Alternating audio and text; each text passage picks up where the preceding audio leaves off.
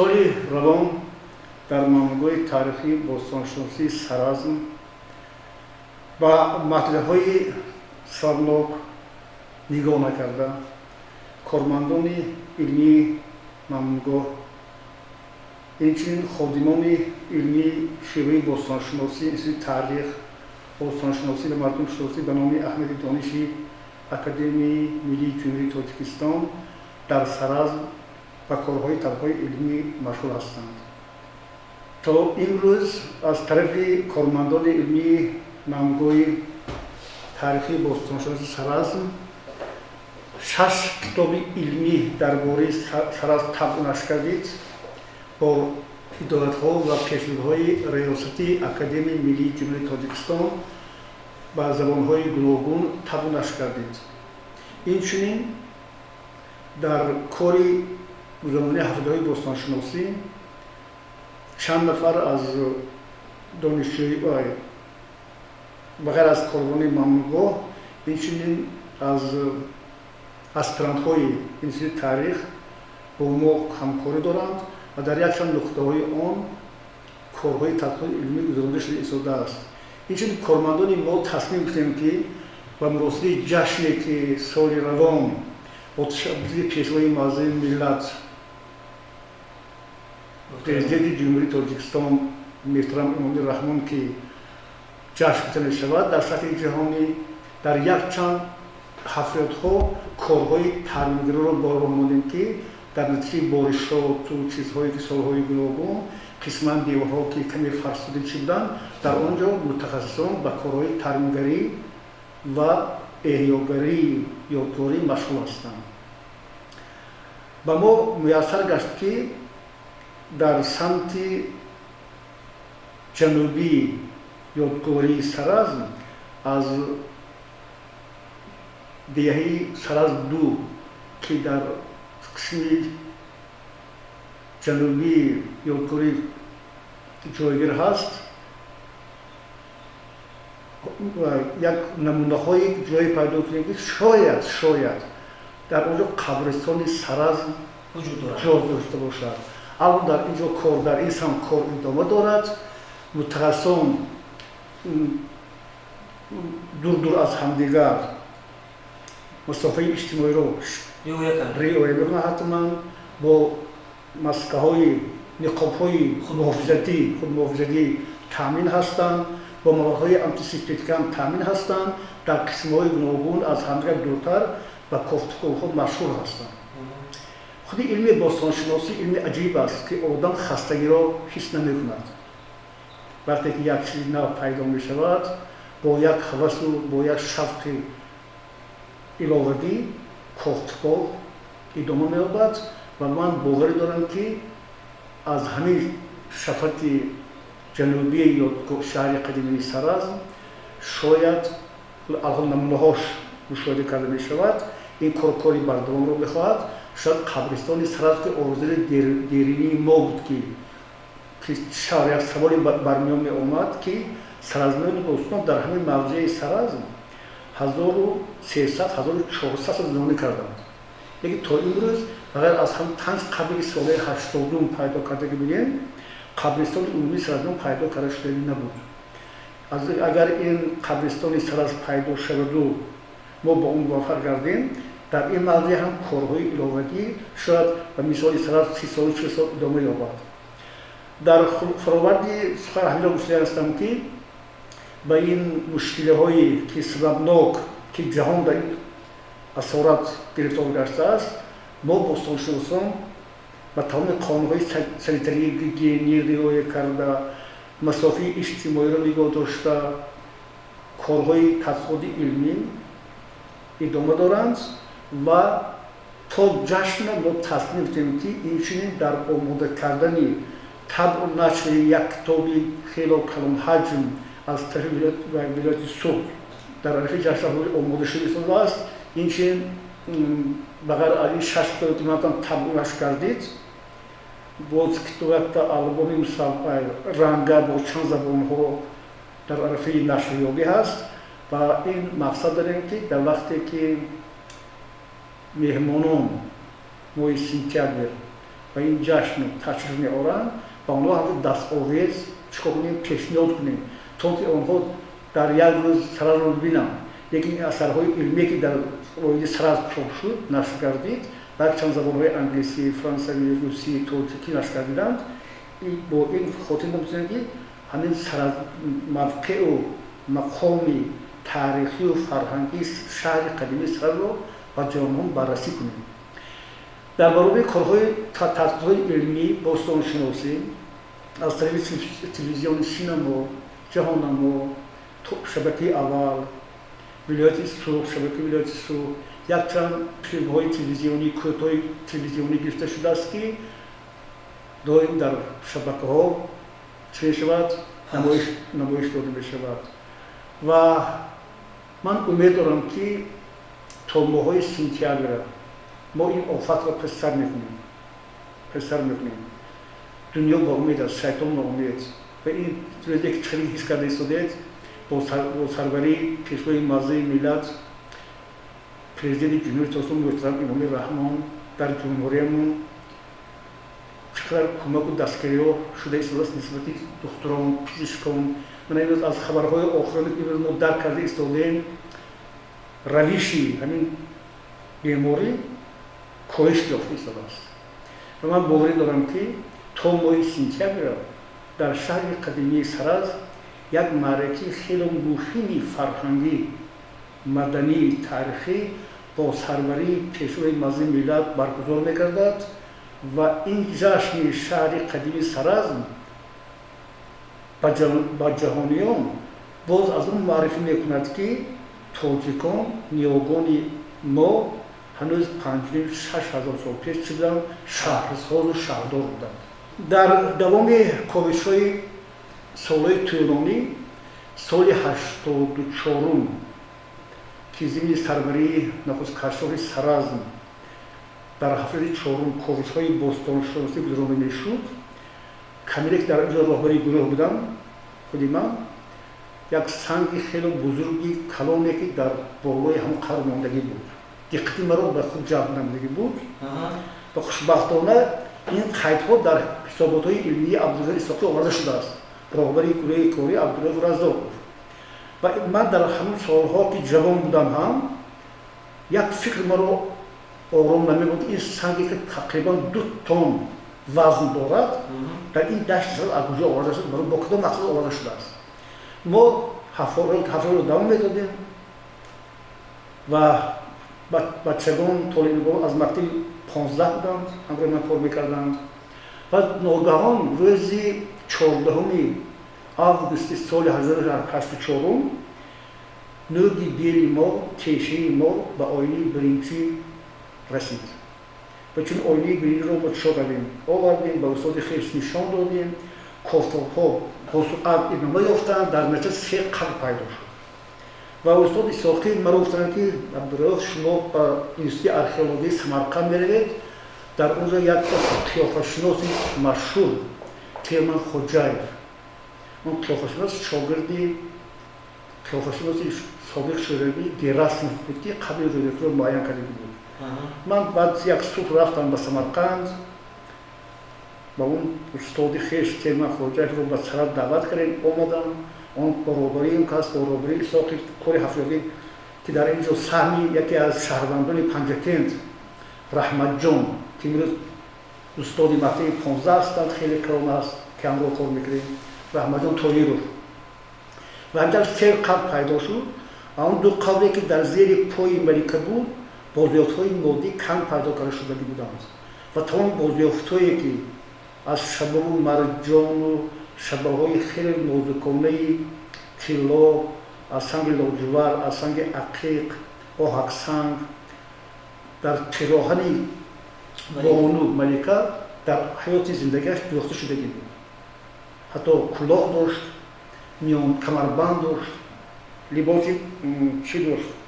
پره لباسی کتهای خود داشت که در همون درزی همون لباس‌ها همین سنگ‌های کنار دوخته شدگی بوده است. با همون لباسش دور میکنن در شکل بطن مادری. برای چه در شکل بطن مادری تصورات سرزمین باستان چه بود است؟ کودک تا مورد تولد شدن بعد 9 ماه از بطن مادر وقتی که وفات میکند با به همین شکل بطن مادری و اون دنیا هم گور میکردند. بعد سوالات بود که همین تمام بایگری ضرور زیوری که در حیات زندگیش داشت و اون دنیای آخرت برای لازم میشود. همین طور این قلب پیدا شد. ولی این کارشو بسیاری دوام دارد. ولی با این طور قلب رو پیدا میکنیم اینجا یک چیز عجیب است.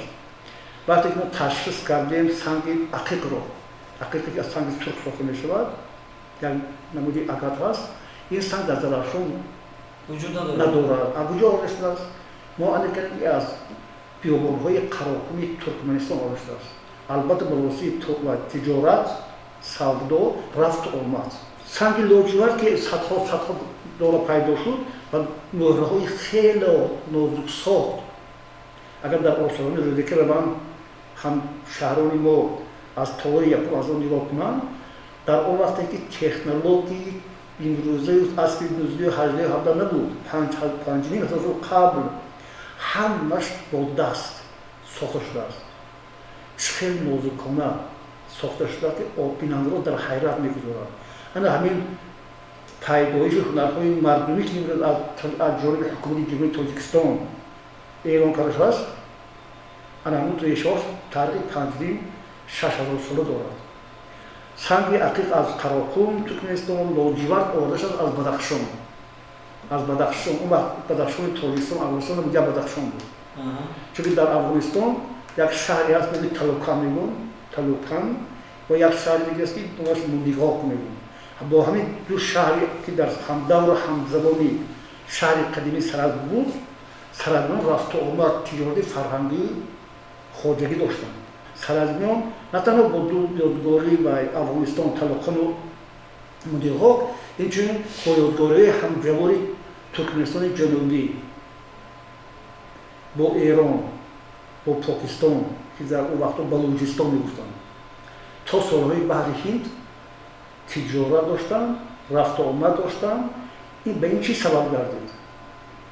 برای اینکه سرزمان در همه ساکن گشتن 50,000 سال. همین جایی که سرزمان ساکن گشتن دو 1300 تقریبا 1400 سال به فاصله در همه سرزمان کردن و این مساعدت نمود ذخیره‌های بای سرگی اختارگاه آفتابرویی زرافشان که پر از چی بود؟ از مس، قلعگی، سرخ، پرراشی، نقره، طلا، پایگاه‌های معدن‌های پلی‌متری بود.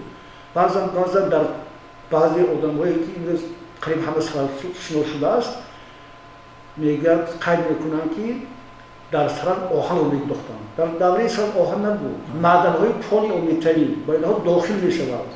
این پرراشی، مس، قلعگی همین چیزا داخل می‌شود که سرزمیان از دامنه‌کوها اون رو اختراق می‌کردند و در روزگار خویش استفاده می‌بردند و این رو نیز به صادرات می‌برآوردند. پیش از راه ابریشم که اصلی 2-3 پیش از میلاد از 13 خطای از 3 خطای سر می‌شود تا 5 میلیون تا بیزانت می‌رود.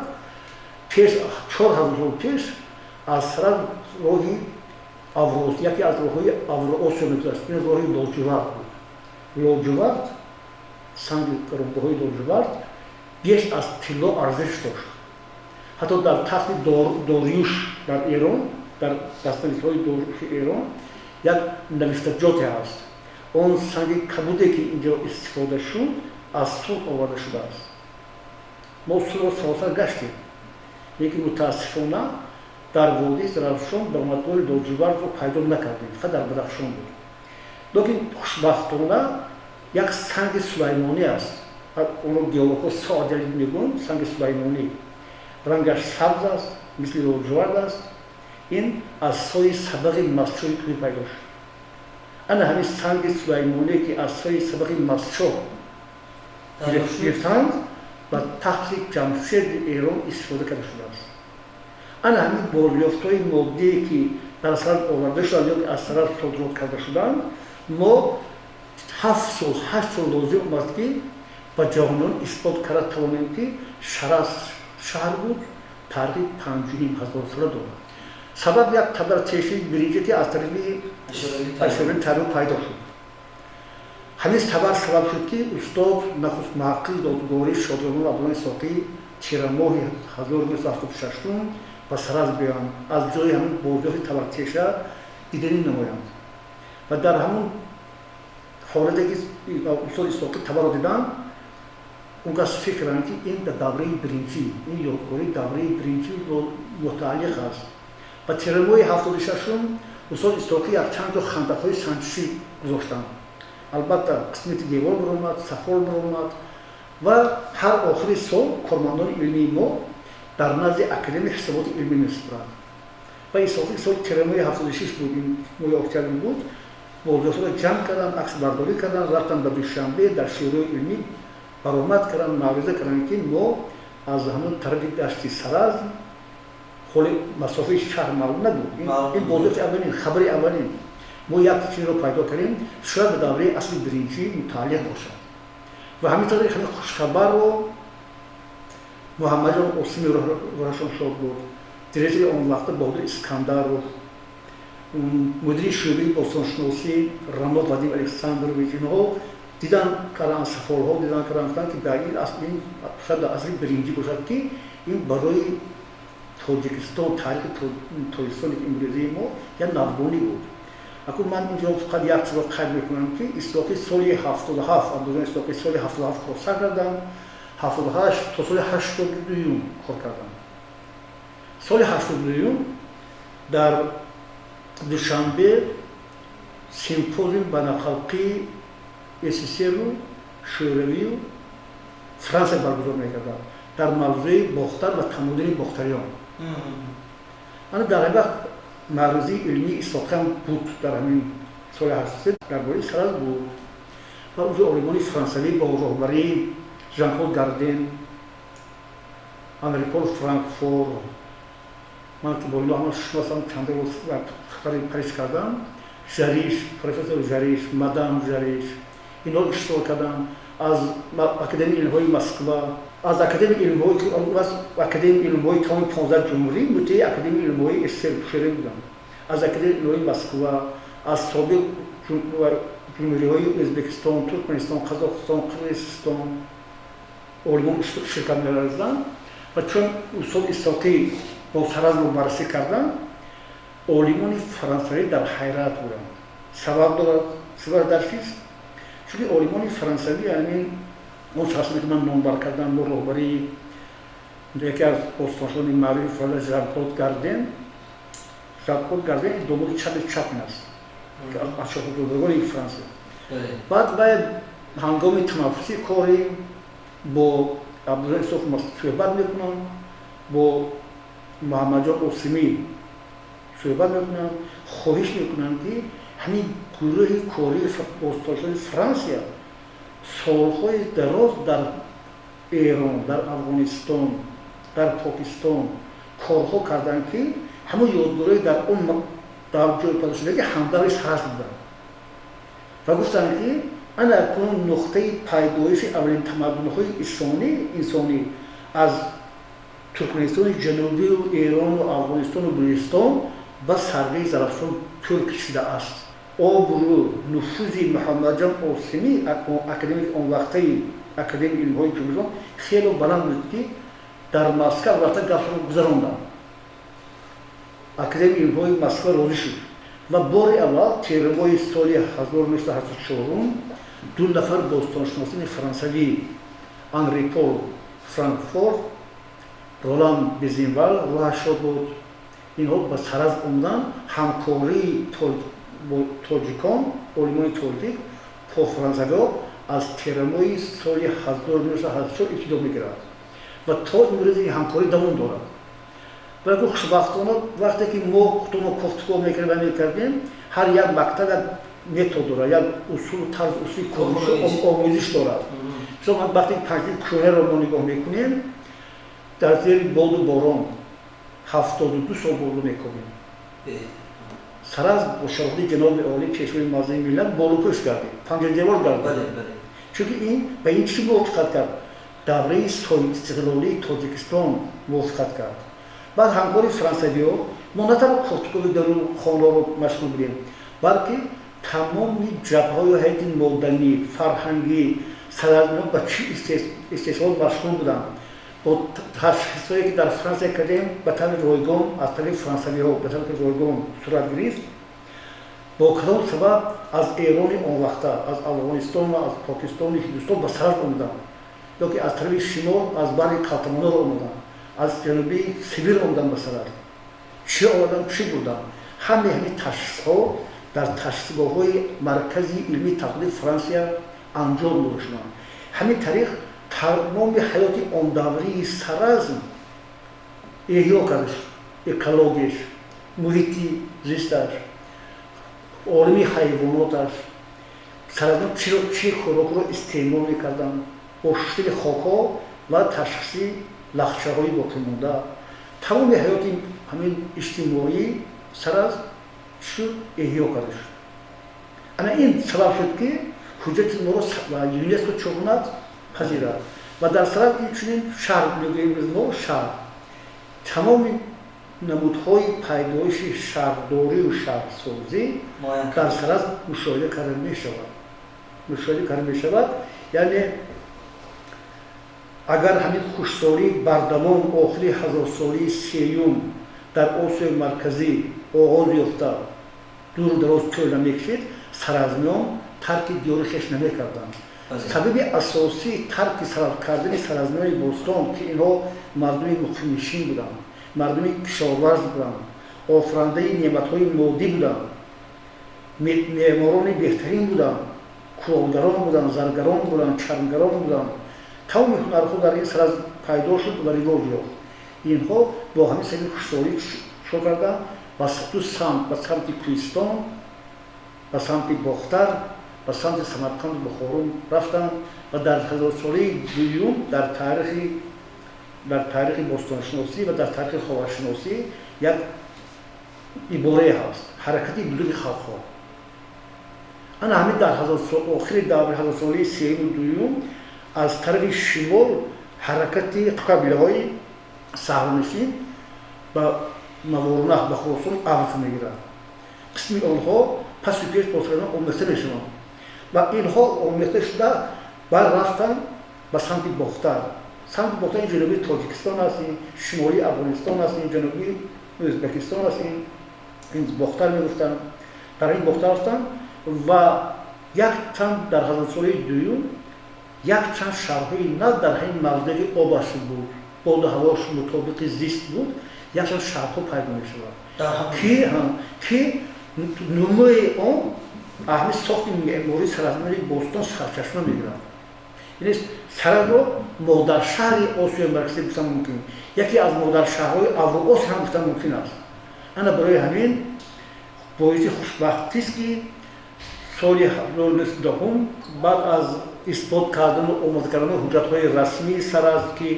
با طلبات یونسکو موافقت کند و ما 8 سال لازم شد که حجت طلب کنیم این یک حجت در بود که اونجا تمام اعضاهای آن کانون یونسکو از همین بیش از 200 دولت جهان بلکه آواز می‌دادند سال 2002 در استاد 34 که در برزیل برگزار کردید همین شهر قدیمی سرحد یکی از اولین شهرهای اوراسیا به همین فهرست با نفوذ فرهنگ ایران شامل کردید این شاملگری سرحد برای چی میگوید یکم نام سرحد تاریخ سرحد فرهنگ سرحد نه تنها با واسطه اخبار که در مقیاس تاجیکستان است بلکه در مقیاس جهان پخش می‌گردد جهان پخش می‌گردد جهانیان از آن خبر می‌یابند که در یک وادی بیش پاس‌های تاجیکستان درخشان چنین شهر قدیمی مثل شهرهای مصر بابلیستان ایران تمدن جهانی در اونجا بود در تاجیکستان هم ارز هستی نموده است برای همین باعث خوشنودی ماست که جناب عالی پیشوای معظم ملت پرزیدنت جمهوری اسلامی محترم امامی رحمان همین جشن را سال 2022 اعلام کردند و من شما شاید هممون در اون امید هستیم که ماه سپتامبر همین جشن رو ما با اشتراک جهانیان با کلی عالمان باستانشناسی در سر با ما همکاری کردن در دامه 6 سال از صدر شوروی، از ایتالیا، از فرانسه، از گرمانیا که با ما همکاری کردن همراه شرکت ورزن با این سربلندی افتخار ما می‌دادن.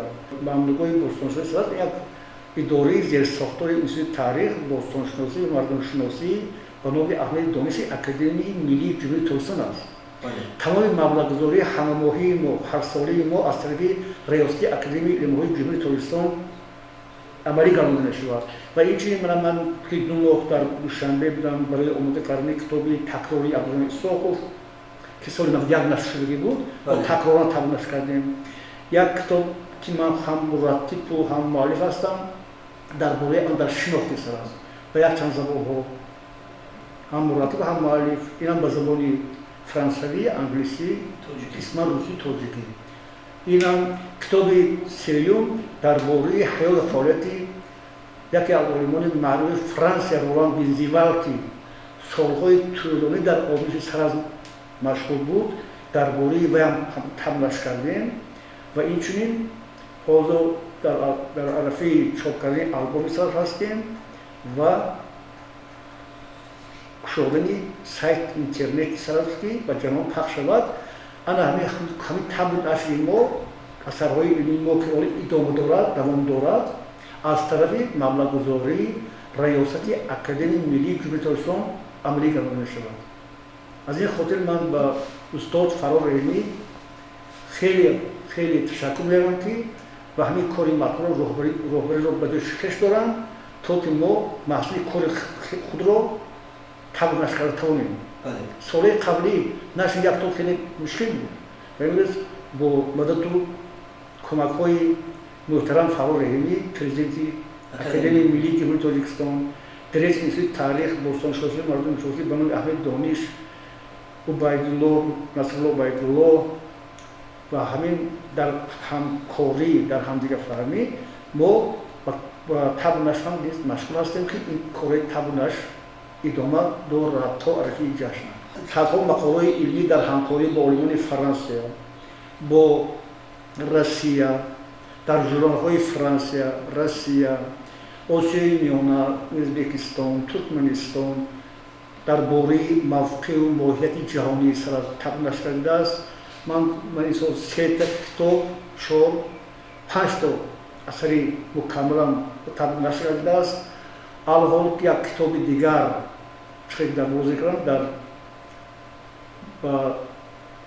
در اتفاق نویسندگان وزارت سوق در عرفه تبدیل شده است و نزدیکی شده دسترس گردد و ما مقصد داریم که اون چیزی که به دست آوردیم که من 38 روز از کار میکنم این رو تبدیل گردونیم و اون چیزی که در بایگانی خویش داریم و این رو هم چاپ کنیم. این یک مسئله کار است. با وقتی که بازیافتا رو در آثارخوانی که نو که در سرات چاپ شده ایستادن بازیافتا رو هر یکش رو بودیم ما عالمان بغیر از داشتن در همون رفع‌های مخصوص اون رو باز زیرنویس کنیم که برای هر یک بیننده باشد فهم‌ها باشد. شرحش باید باشد و یک چند زبان‌ها همه یک به مسئله به گردن عالمان که پایگاه مملکت هست همین کار ادامه دارد و ما باوری داریم که ماه سپتامبر این جشن رو ما سربلندانه در مقیاس جهان با هم جشن می‌گیریم.